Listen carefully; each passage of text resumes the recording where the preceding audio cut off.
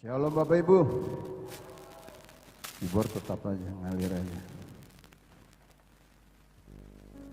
Apa kabar semuanya? Dahsyat luar biasa. Bagi Tuhan tidak ada yang mustahil. Apapun yang mustahil bagi manusia, tidak ada yang mustahil bagi Tuhan. Sampai hari ini tetap nyata bagi orang percaya. Penyertaannya, pertolongannya, perlindungannya, kasihnya, kuasanya, mujizatnya. Dia tidak pernah berubah. Kita yang sering berubah. Kita yang sering tidak taat. Kita merasa hebat. Kita merasa mampu tanpa Tuhan. Biar di pagi hari yang indah menyambut Jumat Agung ini, kita membuka hati. Semua yang di rumah buka hati. Keluarga lepas keluarga, pribadi lepas pribadi, buka hati. Agar Jumat Agung ini bukan hanya peringatan, tapi Jumat Agung ini menjadi suatu teguran menjelang kedatangan Tuhan yang kedua kali. Katakan amin. Baik, kita akan lihat firman Tuhan yang terambil dari Filipi pasal 2. Kita akan baca satu perikop dari ayat 1 sampai 11. Kalau sudah dapat katakan amin.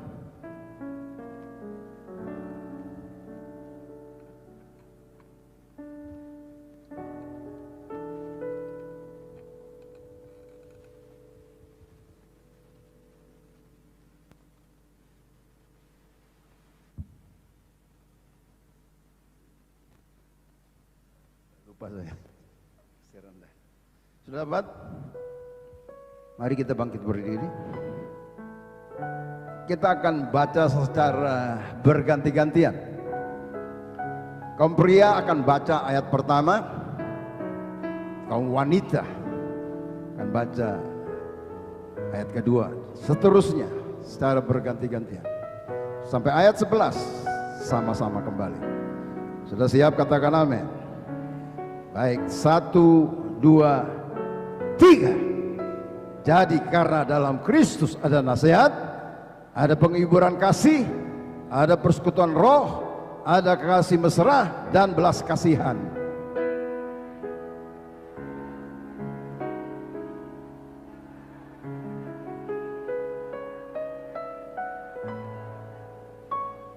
Dengan tidak mencari kepentingan sendiri atau puji-pujian yang sia-sia. Sebaliknya hendaklah dengan rendah hati yang seorang menganggap yang lain lebih utama daripada dirinya sendiri.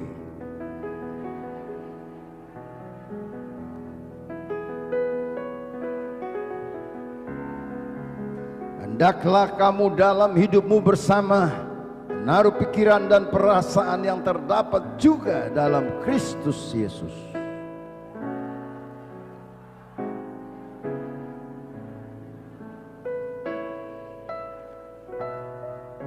Melainkan telah mengosongkan dirinya sendiri dan mengambil rupa seorang hamba dan menjadi sama dengan manusia.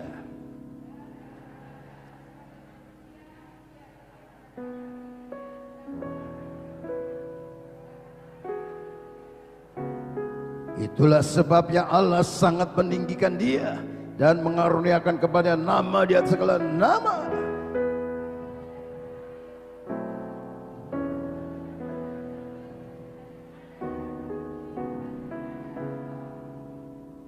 Ayat 11 sama-sama, 1, 2, 3. Dan segala lidah mengaku Yesus Kristus adalah Tuhan bagi kemuliaan Allah Bapa. Tepuk tangan yang kuat bagi Tuhan kita Yesus Kristus. Lebih kuat lagi. Haleluya. Haleluya. Puji Tuhan, silakan duduk Bapak Ibu Saudara yang sekasih dalam Tuhan Yesus Kristus. Melalui pembacaan firman Tuhan ini diberi tema menang atas keakuan. Katakan kanan kiri, menang atas keakuan. Ya.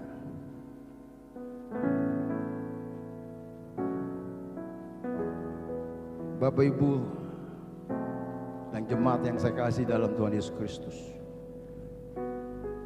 bahwa dalam kehidupan manusia itu selalu diwarnai dengan berbagai macam masalah, persoalan, tantangan, penderitaan, dan lain sebagainya.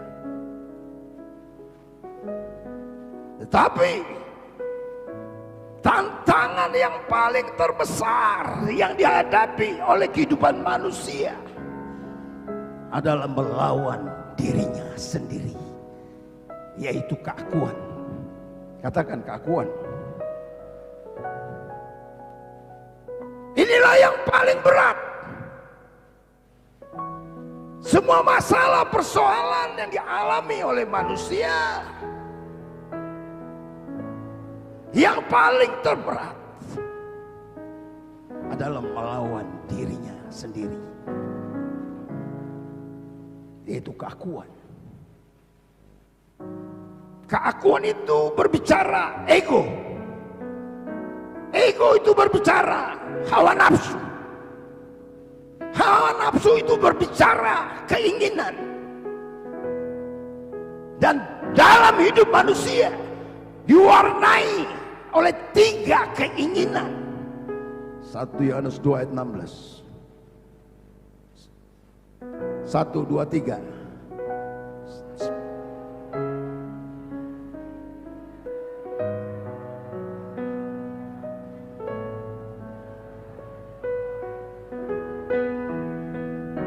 Tahan. 3 hal ini yang ada dalam diri manusia: keinginan daging, keinginan mata, keangkuhan hidup. Keinginan daging, Galatia 5 ayat 19 sampai 21. Klik. 1, 2, 3. Yang kuat, 1, 2, 3.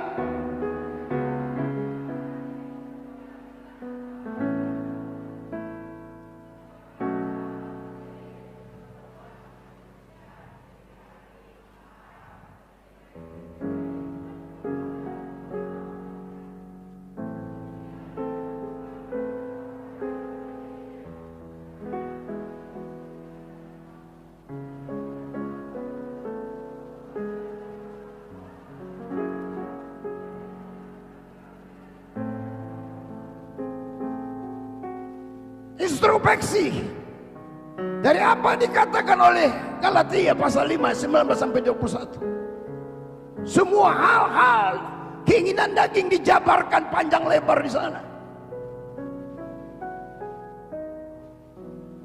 Adakah hal-hal yang melemahkan saudara? Adakah hal-hal yang menjatuhkan saudara? Adakah hal-hal yang membuat engkau tidak berdaya, gagal dan binasa? Lebih bagus kita mulai introspeksi sekarang sebelum terlambat. Karena apabila dia datang, penyesalan yang akan kita alami itu keinginan daging, keinginan mata. Matius 6 ayat 23. Matius 6 ayat 23. 1, 2, 3.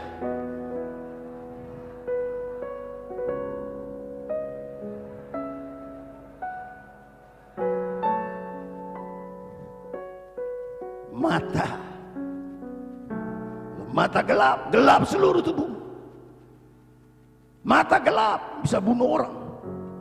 Mata gelap bisa memperkosa. Mata gelap bisa korupsi. Mata gelap hancur hidup. Gelap seluruhnya. Tapi kalau matamu terang, maka teranglah hidupmu. Seorang hamba Tuhan katakan, jaga matamu James, karena imanmu bisa dikalahkan oleh mata. Saya renungkan, iman saya bisa dikalahkan oleh mata. Jaga matamu, jangan jadi mata keranjang. Katakan, jangan jadi mata keranjang. Yang kuat kau 1-2 orang aja, jangan jadi mata keranjang. Lihat wanita cantik, terus pandang, terus nggak kedip-kedip matanya. Nggak tahu di depan sudah ada tiang listrik. Kejeduk, palanya sudah kejeduk. Aduh, gara-gara mata. Padahal sudah ada istri. Lihat pria ganteng, wah, lihat terus, handsome, cakep, potongannya, bodinya, penampilannya, dandy. Nggak lihat jalan, perhatiin terus, nggak tahu ada lubang safety tank di situ. Masuklah di dalam lubang safety tank. Di sini nggak ada, di luar sana banyak. Amin, amin. Jaga mata, katakan jaga mata. Mata gelap. Benarnya Bapak Ibu, pengontrol sosial yang paling tinggi adalah istri. Pengontrol sosial yang paling tinggi terhadap suami adalah istri. Kalau engkau tahu gaji suamimu umpamanya 10 juta, tapi dia pulang bawa 100 juta, jangan kau langsung terima. Kau kontrol dari mana? Yang aku tahu 10 juta, tapi sekarang datang 100 juta. Dari mana? Kau nggak tahu kalau dia korupsi. Kau nggak tahu kalau dia markup material. Kau nggak tahu. Tinggal datang KPK jemput suamimu. Jangan bangga,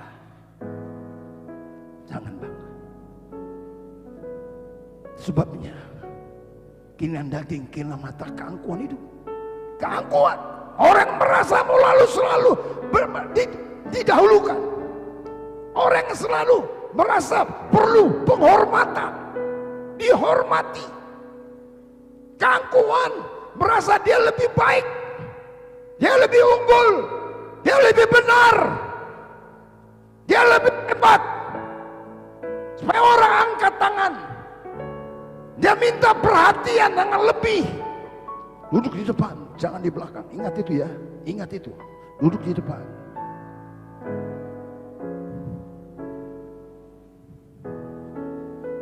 Orang yang angkuh, berani bayar berapapun, asal dia menjadi yang utama. Sekalipun menyenggol kanan kiri, yang penting dia duduk di situ.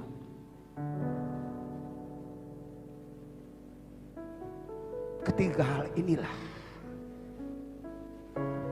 yang mewarnai kehidupan manusia. Keinginan, Yakobus pasal 1 ayat 14, 1, 2, 3. Tiap-tiap orang dicobai oleh apa?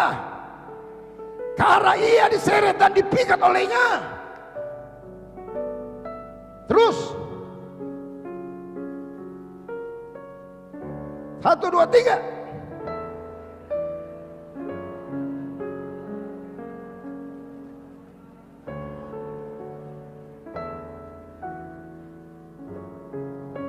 Kita dicobai oleh keinginan kita. Katakan dicobai oleh keinginanmu.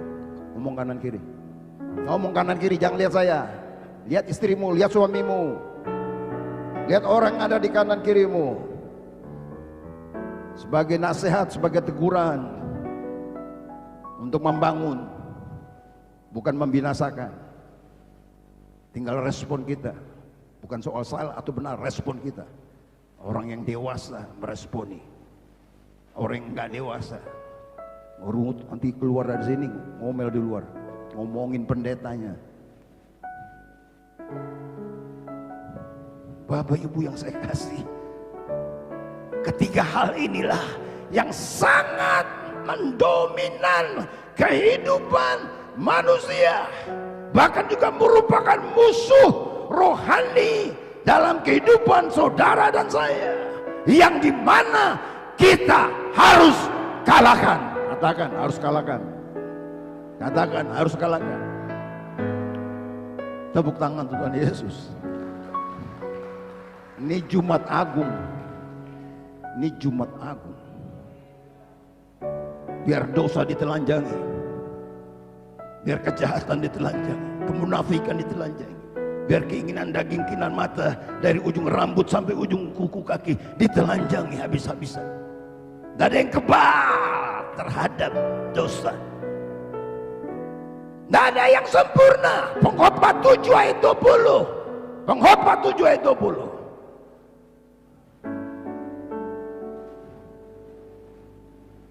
Satu, dua, tiga.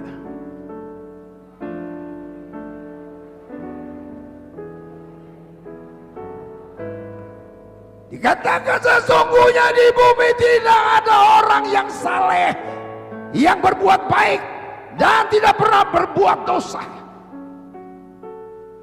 Tidak ada yang kebal terhadap dosa. Tidak ada yang sempurna. Yang sempurna itu Yesus Kristus Tuhan. Lebih kuat lagi.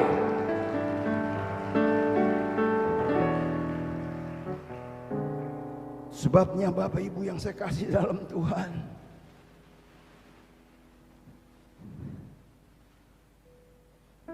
tadi dikatakan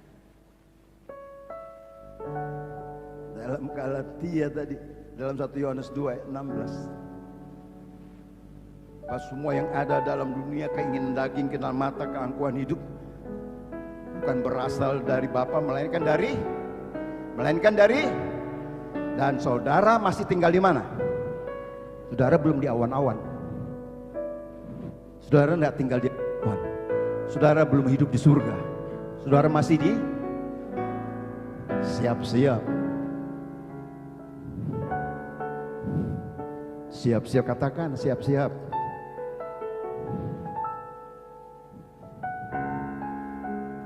Pengkhotbah 7 itu tidak ada yang kebal, tidak ada yang sempurna. Yang sempurna apabila yang sempurna itu datang, maka segala yang tidak sempurna dipulihkan. Banyak orang yang kuat, banyak orang yang mampu menghadapi tantangan, masalah, persoalan, penderitaan yang datangnya dari luar. Sekalipun bertubi-tubi masalah persoalan datang dalam hidupnya, tapi banyak orang yang tidak kuat, yang lemah, tatkala masalah itu datang dari dalam dirinya sendiri. Dia kalah, dia tidak bisa berbuat apa-apa lagi, dia menyerah. Bapa, pegang tanganku, Bapa, ku rindu selalu berada dekatmu, melihat senyummu. Bapa, ku mengasihimu.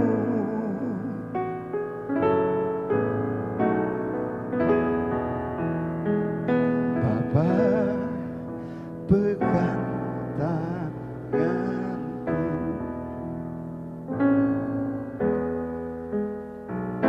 Bapa, ku rindu selalu berada dekatmu, melihat senyummu. Bapa, ku mengasihimu.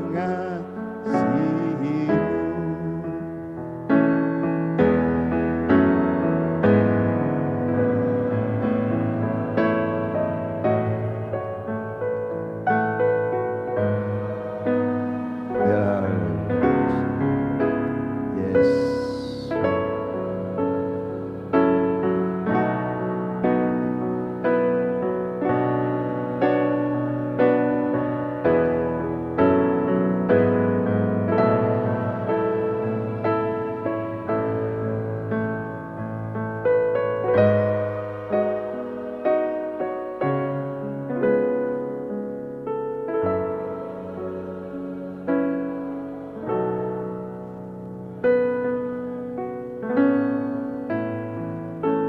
Tepuk tangan bagi Tuhan. Saya mau cerita tentang seorang kaisar, the Great Alexander. Tahu dikenal Alexander Agung, seorang kaisar dari Yunani, seorang yang punya kekuasaan luar biasa. Karena terlalu banyak bangsa yang dia kalahkan, dia jajah. Apa hebat, luar biasanya sang kaisar Alexander Agung ini memerintah dan berkuasa. Kekuasaannya dari Yunani sampai ke Hindia, luar biasa. Dari Eropa sampai ke Asia, sangat berkuasa, sangat perkasa. Tapi satu saat dia berada di dalam kamarnya seorang diri. Tatkala dia berada seorang diri dalam kamarnya, tidak ada siapapun di situ. Dia berteriak, dia meraung, dia menangis begitu rupa.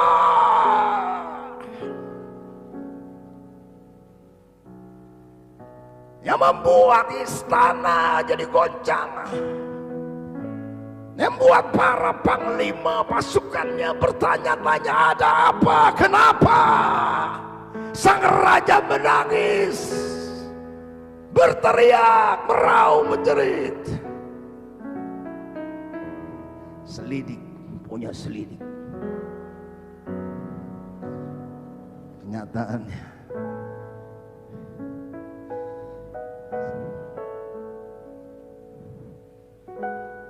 karena dia merasa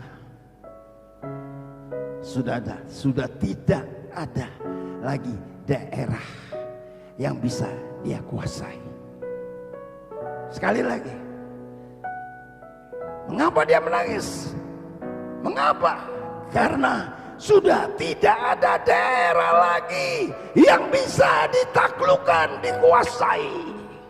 Dia lupa bahwa ternyata dia telah gagal mengalahkan, menaklukkan dirinya sendiri. Saya pernah nonton The Great Alexander Agung, nih filmnya pada zaman saya masih SD.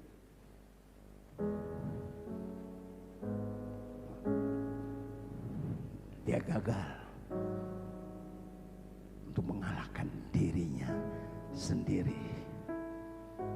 Tapi syukur kepada Tuhan Yesus Kristus yang pada pagi hari ini firman-Nya yang telah kita baca memberikan keteladanan dan contoh bagi orang percaya yang hidup di akhir zaman, bagaimana mengalahkan keakuan itu.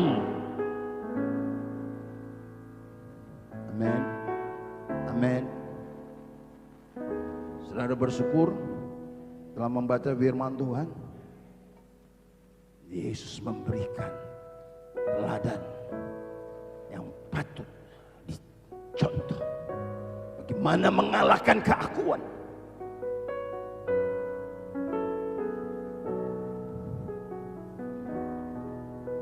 Klik, bagaimana mengalahkan keakuan itu punya ciri-ciri. Dan bagaimana ciri-ciri orang yang menang atas keakuan. Baca 1, 2, 3.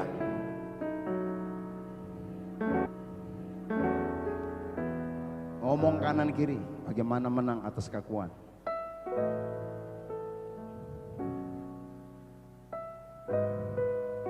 Ada yang gak berani ngomong. Artinya Roh Kudus sedang bekerja. Pertama, baca 1, 2, 3. 1, 2, 3. Filipi pasal 2 ayat 3 dikatakan.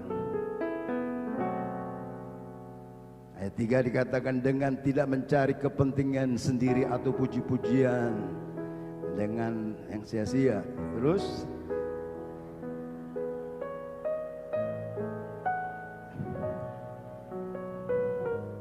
amin. Amin. Amin.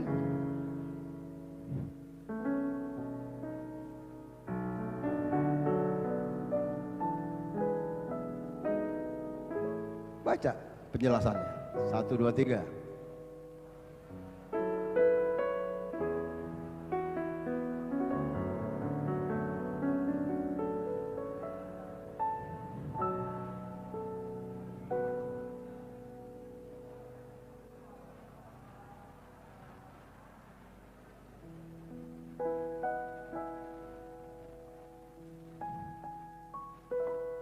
Merendahkan diri di sini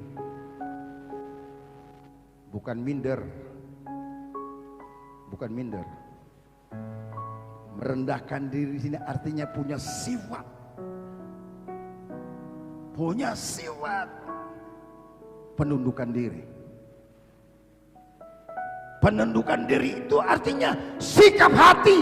Katakan sikap hati. Sikap hati yang mau dibentuk, sikap hati yang mau diajar, sikap hati yang mau diproses, sikap hati yang mau taat, mudah dibentuk karena Tuhan itu penjunan. Saudara dan saya itu tanah liat, dia banting tanah liat itu begitu rupa untuk menjadi satu perhiasan yang indah, yang enak, yang dipandang mata, untuk ditaruh di tempat yang spesial, bahwa engkau adalah permata yang indah, yang berharga. James, dia banting tanah liat itu, mana yang masih ada batu-batu, batu kepahitan, batu kekecewaan, batu kemarahan, dendam, iri hati, sombong, kerikil-kerikil, duri-duri, iri hati, dia bersihkan itu. Dia cabut kayu-kayu yang menancap, beling-beling, rumput-rumput, dia bersihkan tanah liat itu begitu rupa. Dia banting kalau masih ada, sampai lembut, sampai enak dikelola, untuk diukir, dibentuk jadi cantik, sehingga betul ditaruh di tempat yang spesial. Orang akan menghormati, orang akan terkagum-kagum. Dengar, hanya orang yang tidak taat, yang tidak mau diajar, yang tidak mau diproses, yang tidak akan pernah melihat cara Tuhan, berkat Tuhan, bahkan menghambat berkat Tuhan turun atas hidupnya. Karena pemberontakan, ketidaktaatan, ketidaksetiaan, masih menganggap diri lebih hebat, lebih mampu, tidak perlu ibadah juga nggak apa-apa, saya sehat-sehat aja, tidak perlu sembahyang secara korporasi, memuji menyembah, nggak apa-apa, saya bisa lihat melalui channel Signal, melalui online, bisa lihat pembicara yang lebih baik, lebih bagus dari luar negeri bisa.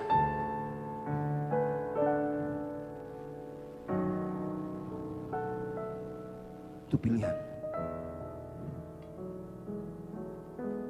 Saya ingin katakan, kalau engkau mau menjadi bejana yang baik, yang siap diproses, siap rendahkan dirimu di bawah tangan Tuhan yang kuat. Rendahkan hatimu, sehingga engkau akan menjadi berhasil dan diberkati. Amin. Amin. Lihat saya senang melihat, saya senang melihat orang yang berhasil. Senang akan prestasi yang dia capai. Tapi saya lebih tertarik dari proses yang dia jalani dan lewati sampai dia berhasil. Saya senang melihat orang bukan prestasi yang dia capai, tapi saya senang melihat orang dari proses jalan yang dia lewati sampai kepada keberhasilan. Amin. Yang kedua, karena sudah dikasih kode. Kedua, baca. Jaga hati. Baca penjelasannya.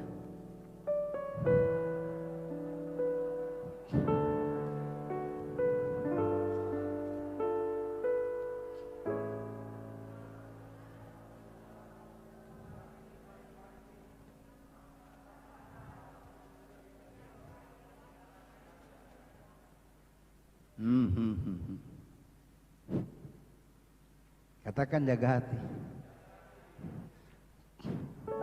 Amsal 4 ayat 23 katakan, jagalah hatimu dengan segala apa? Karena di sanalah sumber. Baca Amsal 4 ayat 23. Amsal 4 ayat 23. 1, 2, 3.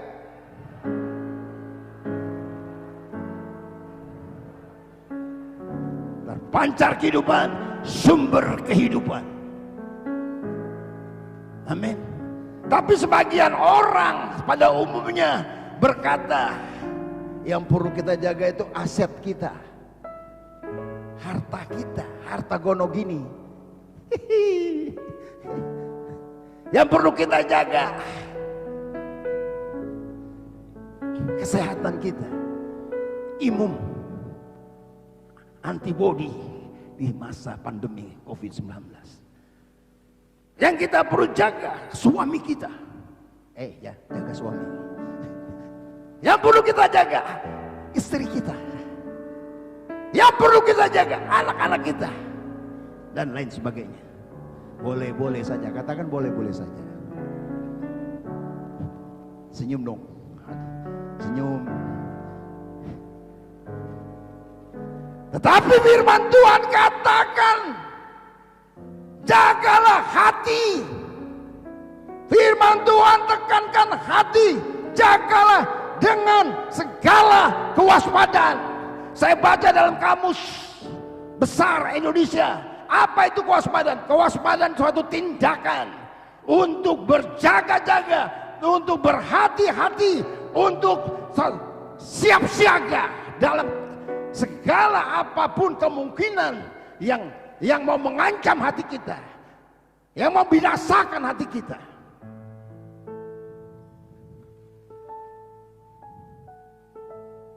Sebabnya peringatan demi peringatan, kita harus membentengi hati kita. Sebabnya Paulus berkata kepada anak muridnya Timotius, dia berkata, ada beberapa orang telah menolak hati nuraninya yang murni, karena itu kandaslah iman mereka. Kandas. Jadi Bapak Ibu yang saya kasih, hati kita ini, hati saudara dan saya itu menentukan arah kehidupan kita. Dan iman kita itu adalah relasi yang kuat antara hati kita dengan jalan kehidupan yang kita tempuh. Jalan kehidupan yang kita tempuh, jalan kehidupan di tengah masyarakat, di dalam kehidupan, di dalam berjemaat, jalan kehidupan di tengah pergaulan, jalan kehidupan di dalam kita melayani dan lain sebagainya. Kita harus jaga.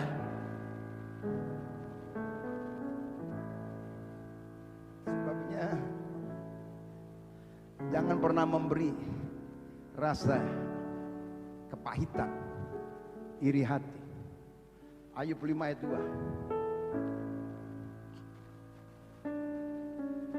Ayub 5 ayat 2.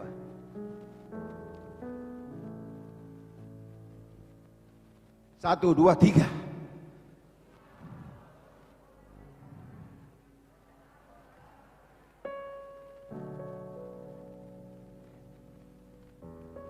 Jadi saudara harus jaga. Karena dampaknya bagi orang yang dengki, iri hati, kepahitan, apa saja, dampaknya akan mematikan bagi orang itu. Dampaknya sangat berbahaya. Sebabnya waktu Yesus dia bangkit dari kematian, dia tidak kepahitan, tidak kecewa melihat kekurangan, kelemahan dari murid-muridnya yang pernah menyangkal dia, yang pernah mengkhianati dia, yang pernah meninggalkan dia. Dalam Yohanes 6 ayat 26, tatkala dia ditangkap, dibiarkanlah dia seorang diri. Bahkan Yudas yang menjual dia, tatkala Yesus bangkit, Yesus tidak sakit hati, dia jaga hati, dia buktikan dia berjiwa besar untuk datang bertemu dengan murid-muridnya, sekalipun mereka telah melukai hatinya. Kalau saudara digitukan, apakah saudara masih mau melihat orang yang membuli saudara, yang zolimi saudara, orang yang mengkhianati saudara? Tapi Yesus telah memberikan teladan untuk saudara jalani. Amin. Amin. Sebabnya Bapak Ibu, loncat yang ketiga. Poin ketiga. Baca 1, 2, 3. Terus sampai penjelasan.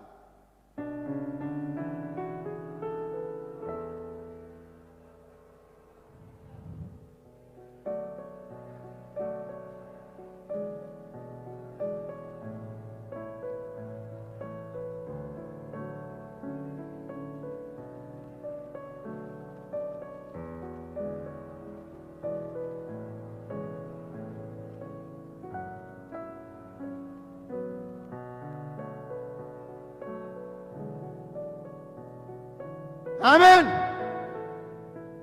Melakukan hal yang baik.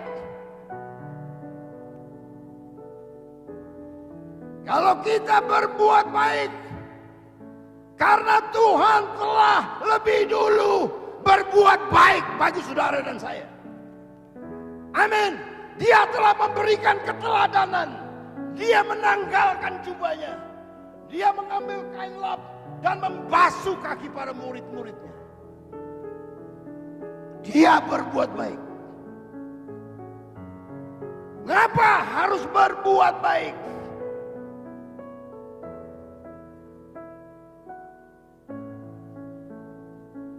Mengapa harus berbuat baik? Karena berbuat baik itu adalah kesempatan. Katakan adalah kesempatan. Galatia 6 ayat 9.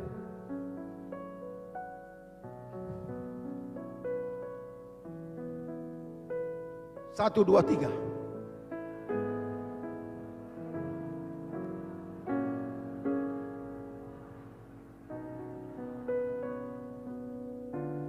Apabila sudah datang waktunya,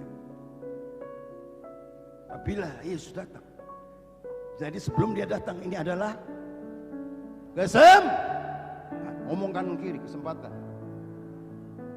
Jangan jemu-jemu berbuat baik. Mengapa harus berbuat baik? Karena ini adalah kesempatan bagi saudara dan saya melakukan yang terbaik dalam hidupmu untuk engkau berbuat sejarah.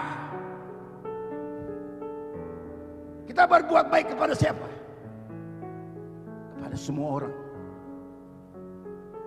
Kita berbuat baik kepada semua orang, tidak pandang bulu. Bukan karena satu suku, bukan karena satu agama, warna kulit dan lain sebagainya, ras. Tidak, semua orang kita harus berbuat baik.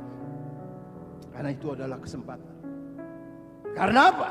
Satu saat kalau engkau tidak mempergunakan kesempatan ini, satu saat waktu engkau ingin berbuat baik, tapi sudah tidak ada. sudah tidak ada. Sebabnya berbuat baiklah selama hari masih siang, karena akan datang malam saudara tidak bisa buat apa lagi. Jadi kalau Tuhan sudah kasih kesempatan, ya, kasih kesehatan, kalau Tuhan sudah memberkati saudara, kalau Tuhan sudah memberikan kekuatan, Dia kasih kekuatan, maka semua apa yang Dia telah kasih, semua berkat yang Dia kasih, kekuatan, kesehatan, berkat dan lain sebagainya, biarlah kita pergunakan, kita kerjakan hanya untuk memuliakan Tuhan, untuk berbuat baik melalui hidup saudara dan hidup saya.